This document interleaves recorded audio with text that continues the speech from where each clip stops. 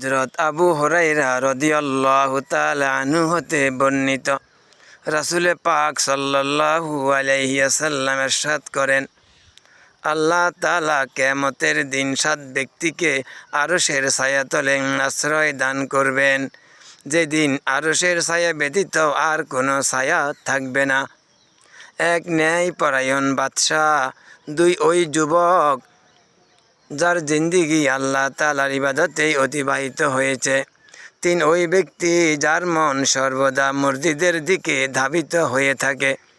4, ওই 2 ব্যক্তি যারা আল্লাহর জন্য পরস্পরকে ভালোবাসে, আল্লাহর জন্য মিলিত হয় এবং আল্লাহর জন্যই বিচ্ছিন্ন হয়।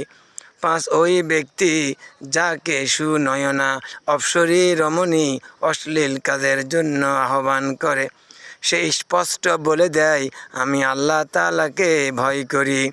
6, ওই ব্যক্তি যে অত্যন্ত গোপনে দান করে।